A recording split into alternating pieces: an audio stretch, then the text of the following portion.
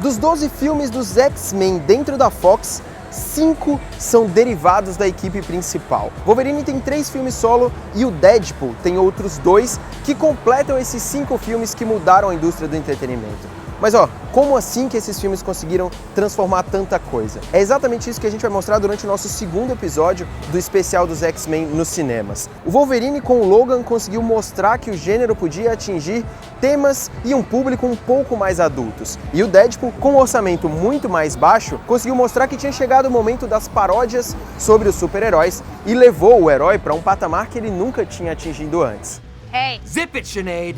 Hey, douchepool. And I hope you're watching. Quite unfortunate. That does it! Oh! Oh! Canada!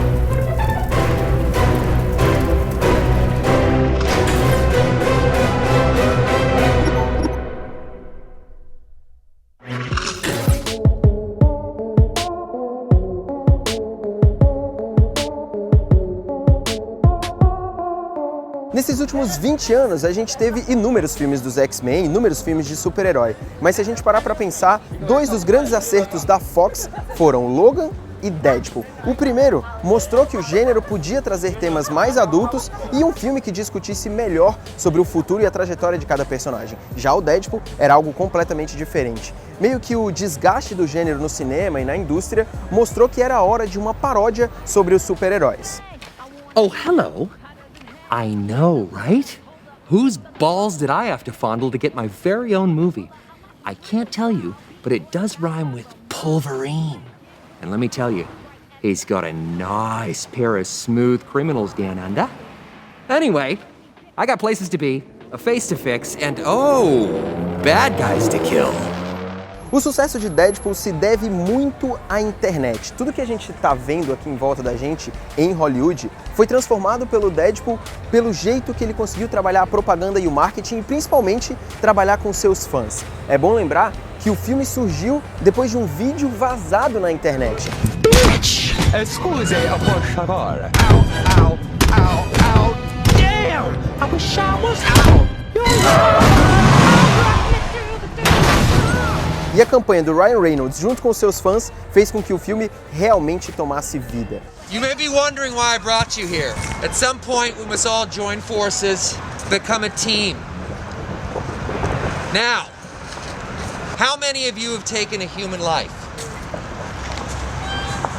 What in the ass? This team sucks! Mas depois do lançamento do filme e do sucesso que ele fez, a gente viu vários outros filmes de super-herói começarem a agir da mesma forma com a indústria e com os fãs. Looks aren't everything. Looks are everything. You ever heard David Beckham speak? It's like he mouth sexed a can of helium. Think Ryan Reynolds got this far on his superior acting method? Love is blind, Wade. No. You're blind. Deadpool, if you think about it, is he's a Canadian mercenary with lead pipe cruelty, and he's morally flexible, and he's got cancer, and he's kind of hideously scarred, and he's, these are all sort of items that a lot of studios wouldn't necessarily be anxious to put up on the screen, particularly in this kind of universe, but in the X-Men kind of brand, but they did. Here we are, and I'm pretty damn grateful to be here. In this moment, we're really embodying the moral flexibility of the character. I mean, that's one of the things that I personally love about Deadpool so much, is that he ostensibly looks like a superhero, but he's morally flexible in every way. Like, you get a lot of superheroes that are tough and that talk like this and all that, But Deadpool's like, he genuinely is a guy that'll just sort of help out whoever has the fattest wad of cash. I was on the movie Blade Trinity, which I hope most of you have not seen. No, there's some fun parts in that movie, but it was a movie where I got to have a lot of fun. I got to do the movie with my friends. It was certainly, the movie was fraught with a number of different frustrations that sometimes big movies can have, but I played a character in that movie that I guess, resembles Wade Wilson in Deadpool. And a rival executive at another studio said, I saw a little piece of Blade and, you know, you're Wade Wilson, you're Deadpool. And I didn't know at the time. This is in 2004. I didn't know who Deadpool was. And he said, trust me, if they ever make a movie about Deadpool, you're the only guy that can play Deadpool. So he sent me over all these comics, and I'm not a big comic book guy, but I really gravitated toward Deadpool. I fell in love with Deadpool. The first issue I opened up, I'm not making this up, I was on the panel. Like in the comic, it said, somebody asked him what he looks like. He says, I look like a cross between Ryan Reynolds and a Shar-Pei. And I was like, Jesus, this is fucking destiny. What the hell? So I kept reading them all, and I was just I fell so in love with this character. He was like meta. He breaks the fourth wall, addresses the audience. He knows he's in a comic book. I mean, you know, in the film Deadpool makes fun of Ryan Reynolds, and I love that. I love that he gets to do that. It's a kind of a groundbreaking, genre-bending property, and the fact that a studio not just let us make it, but let us make it as a rated R movie was just, I mean, crazy. I couldn't believe it. And I heard the movie studio just announced that they're aiming for a PG-13 rating. Yeah, we're working to keep the spirit of the comic book alive, though. I think it's smart, man, that you guys keep it family friendly. Yeah, I don't know if I'd go, you know, so far as to say it's, you know, family friendly, but bottom line, Ryan, there may be a billion reasons to make a family friendly movie, as in sequels and toys, and listen, Ryan, if you fuck you, Slater. I think Ryan was born to play this role. He is so amazing. I mean, he is just crushing it. Every day I watch him, and he's such a professional, but so casual and comfortable about it. And I think it's because, you know, he was involved with this from the beginning, so when the writers started the script, he was there with them for days on end before they wrote anything. And I think his personality and his DNA is really infused in this character.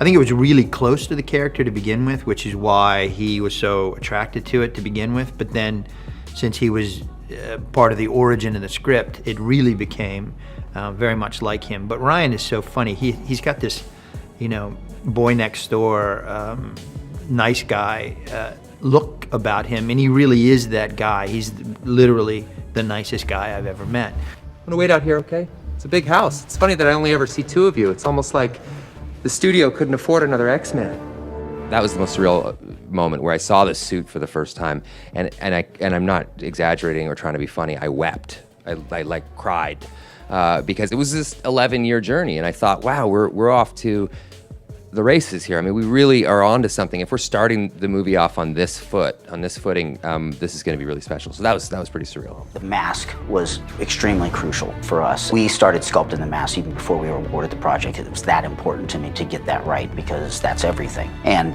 the shape of the eyes, getting that expression in a static mask was super important. That in-your-face, aggressive, look out, here I am kind of thing. That's him, that's Deadpool. Is the mask muffling my voice? We have to build things in there so that he can breathe and the sweat isn't causing a problem. All those things were a concern.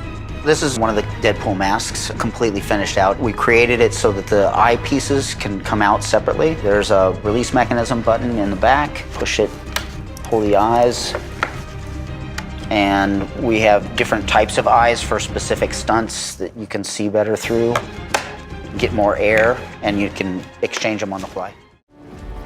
All you dirty mutants are gonna rot in hell with the boy! Whoa! Got his motherfuckers! The only way to make Deadpool is to make it without any kind of reservation, and having it PG-13 just wouldn't really allow us to have the creative freedom we needed to sort of really bring to life in the most authentic way this Marvel character. And you know, and he lives within the X-Men universe, so technically he's kind of orbiting the same areas as, you know, Wolverine and all these other guys, so they're all sort of touched upon in the movie. And we see a couple of other X-Men, and I just think personally, on a personal level, it's just funny to me to see me yelling at another X-Men that he's a wheezing bag of dick tips, and the fact that like they let me get away with that was refreshing. Trust me, that wheezing bag of dick tips has it coming. He's pure evil. Besides, nobody's getting hurt.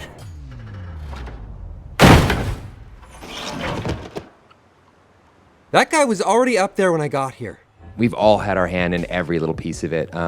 It's been so much of a harder job than the filming, actually, because it's just been full-time, round the clock.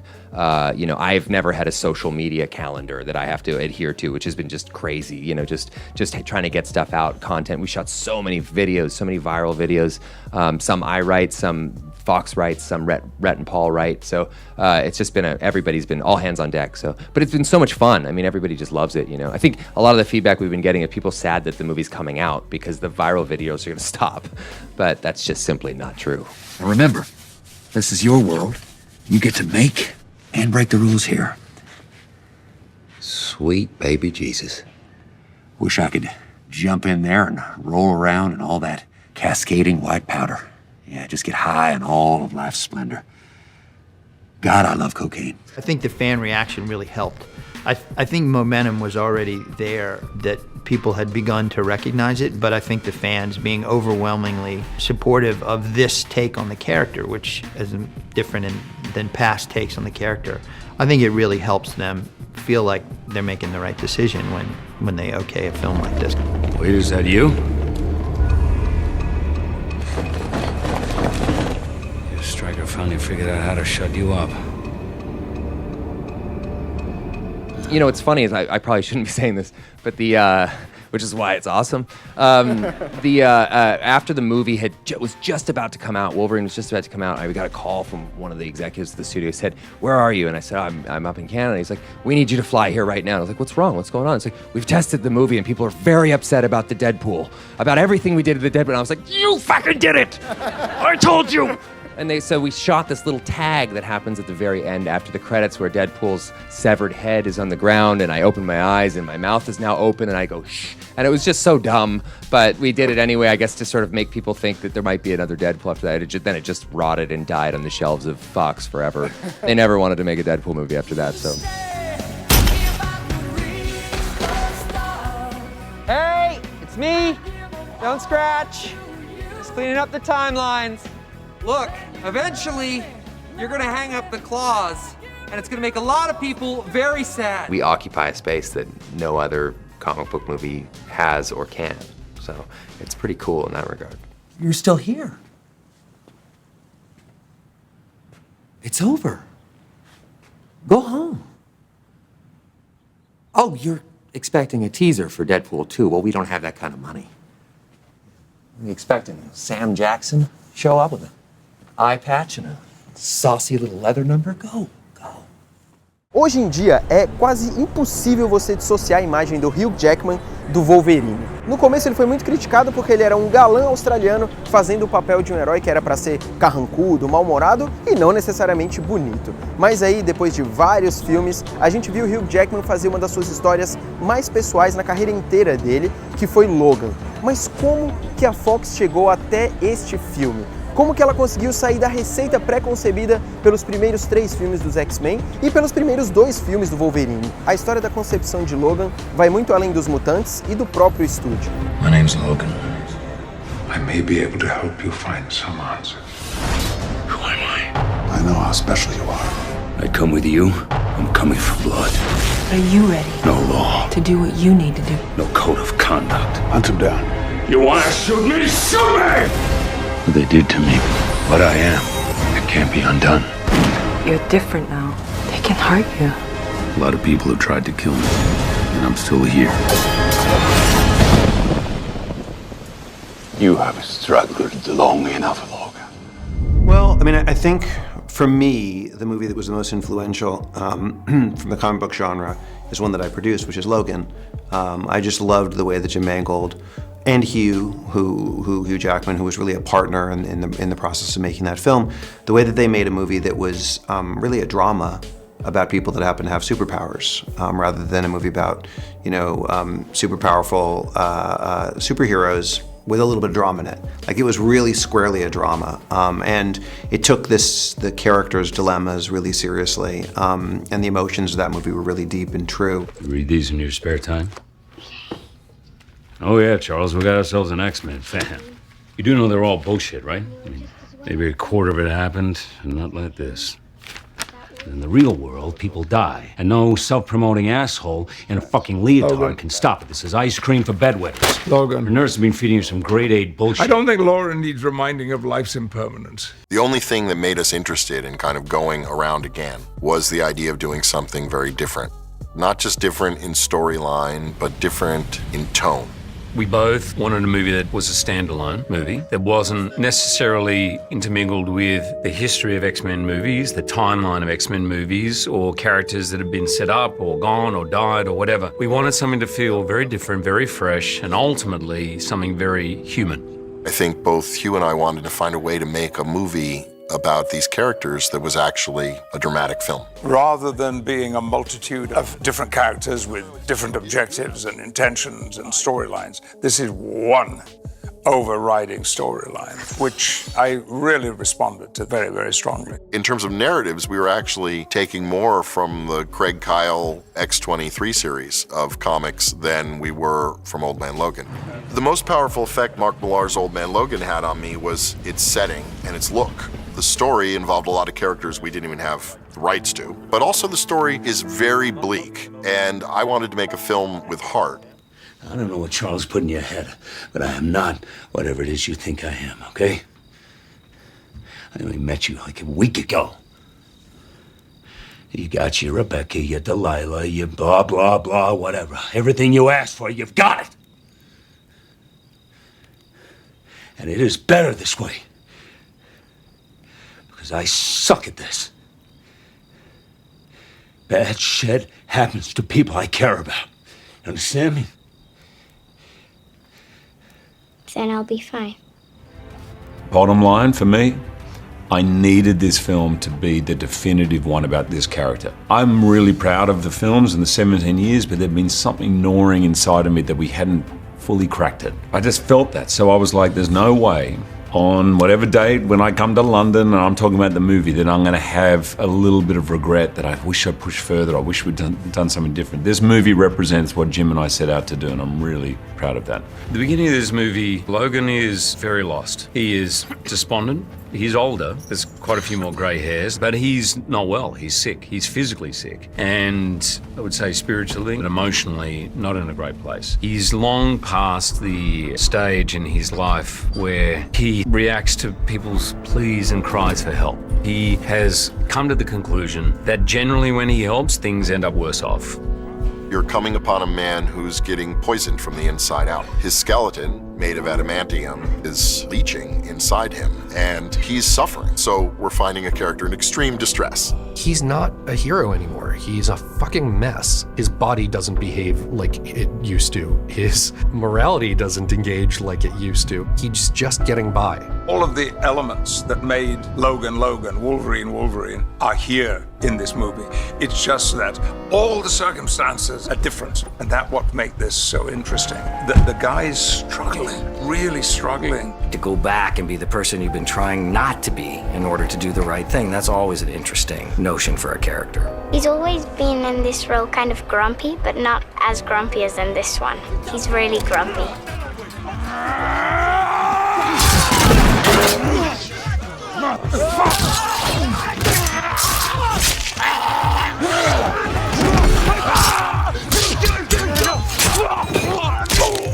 I think the kind of part of what makes the landscape of comic book movies so exciting is the quality of storytelling that's being done.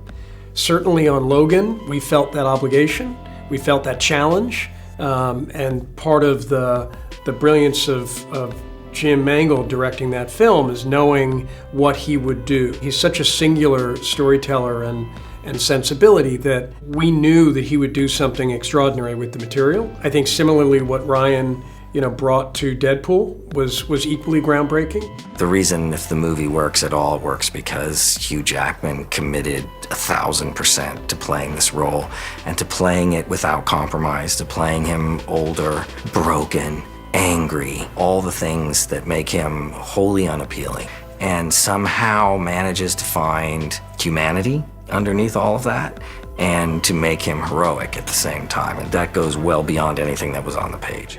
The thought of Wolverine and Hugh Jackman cannot now be separated. The man and the role have merged. I don't mean to say that you need to be scared of Hugh Jackman, that he might actually rip your neck open at any moment. Actually, there's no other actor I know who is less likely to do something like that than Hugh. What's extraordinary to me is just seeing the contrast between the real Hugh, who couldn't be more lovely and sweet, natured and generous, and then him having to sort of put on that gruff, taciturn man dealing with his darkness and his demons. It seems so far from the real man. It's the opposite of him. It really is, because he's very nice and funny and sings all the time and tells jokes and stuff. But then when he's the Wolverine, it's a kind of total change. Like suddenly he's a grumpy man who hates you, and then they say cut and he's smiling and telling jokes. Ow, ow, ow. I gave you a family. They're gone now. Logan. Logan. What did you do?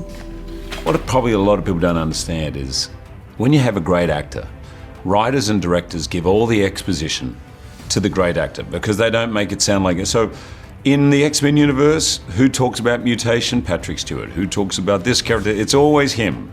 Well, mutation, and it's easy.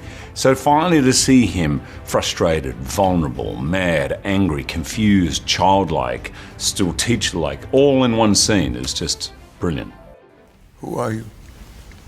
You know who I am. You're the man who puts me to sleep. We both could use some sleep. No! No! No!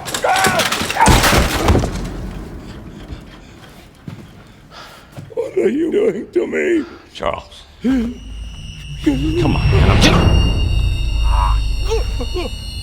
It seemed to me that Wolverine may be one of the darkest, most complex characters in the comic book universe. And every time for the last 17 years, I've seen PG-13, a little part of me has winced going, Wolverine would never be in a PG-13 movie. I don't think he would ever watch a PG-13 movie. There's just nothing about him seeing PG-13. There's a manifesto in the script, a little 2-paragraph thing that we wrote about how the violence was going to feel, how it was going to appear, how it was going to be portrayed, that it was going to be meaningful, impactful, and have lasting consequences. I didn't want to make just a more violent, more sexy, more explicit, obscene movie. I wanted to somehow make an adult. I've heard people too. You have to learn how to live with that. It's the tone of this character who is full of rage and at times self-loathing and an anger towards the world that has shunned him. I was like, this will not be a movie driven by a rating. It's not R-rated because of the violence, even though there is some R-rated violence in it. That's not what defines it as R-rated. That R rating is more about the subject matter, the way the characters are treated, the way violence is depicted. When you make a movie rated R, it resets everyone how they're thinking about the movie. They instantly understand this is not a movie for children. So suddenly they don't expect you to be making a movie that's going to appeal to 9-year-olds. With that anticipation gone, you suddenly are making a movie about more grown-up themes. It was just basically taking off the seatbelt, taking off any kind of restriction, and let's just dive into this character.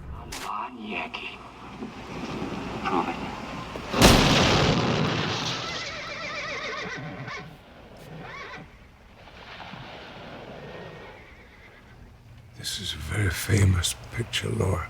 It's almost 100 years old. The superhero film has become kind of like the Western was in the 50s. There are dozens of them.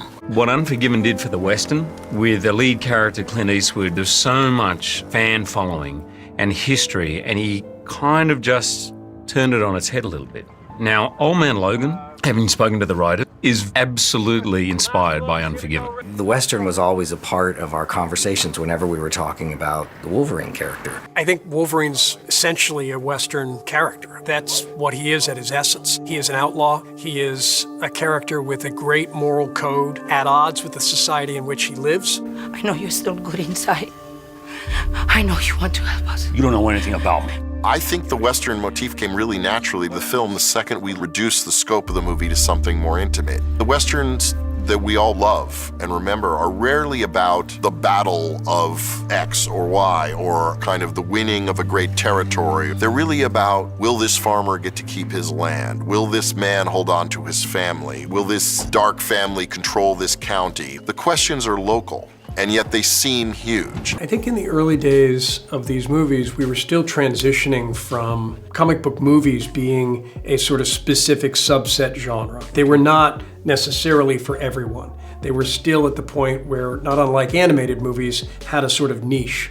And certainly there were voices then that were concerned about how to help bridge comic book movies to mainstream audiences. What we've seen over the last 20 years is that now comic book movies are the mainstream. And I think that the lovely thing about the comic book genre today in movies is that it's an opportunity for so many different tones. You think about something as zany as Guardians of the Galaxy and Ant-Man and Deadpool certainly, and then you think about something as grounded as Logan or Winter Soldier or certainly the Dark Knight movies.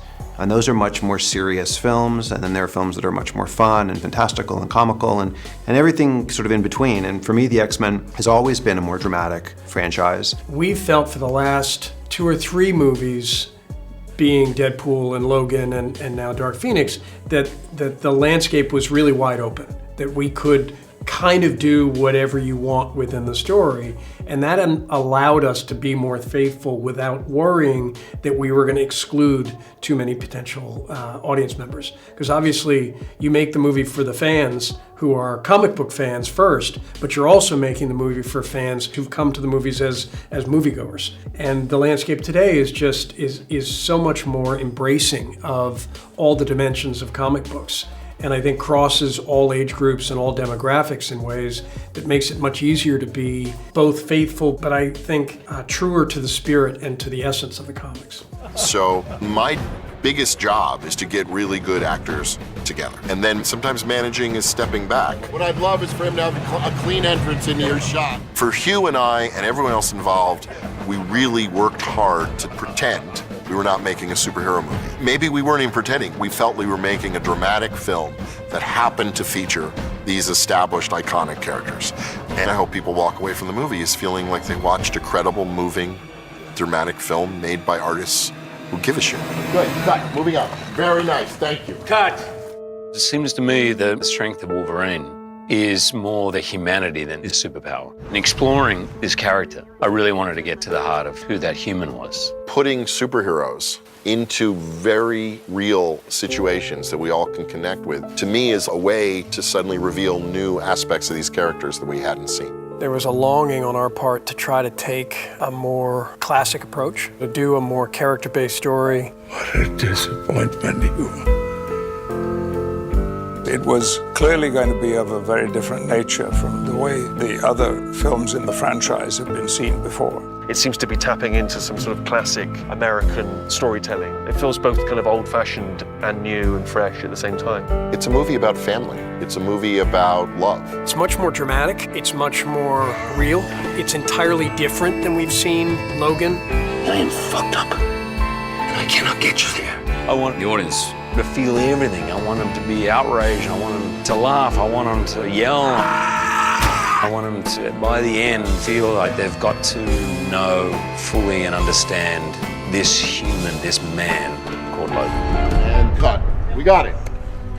It's a really surreal day. I've got my 16-year-old in the trailer who was not even born when I started playing this. No movie has meant more to me than this movie. From the bottom of my heart, thank you so much for helping us realize this dream. I am grateful to the fans in a big way. And I consider it a great, great privilege to have had the chance to play this character.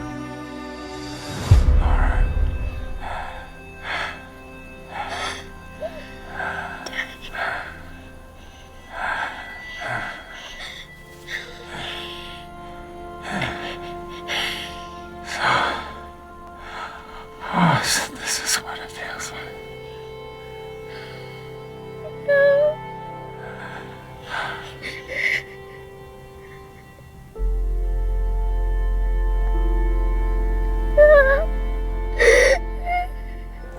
Quando Logan e Deadpool chegaram aos cinemas, a segunda trilogia dos X-Men já estava a todo vapor. Mas diferente dos primeiros filmes que chegaram no início dos anos 2000, esta nova equipe de mutantes pegou um mundo de fãs e do próprio cinema completamente diferente. Aqui, a fidelidade era exigência e não ia dar mais para fazer uniformes de couro que não representassem exatamente o que os fãs queriam. No próximo episódio do nosso especial, a gente vai mostrar como que a Fox e os X-Men lidaram com essa nova era do cinema.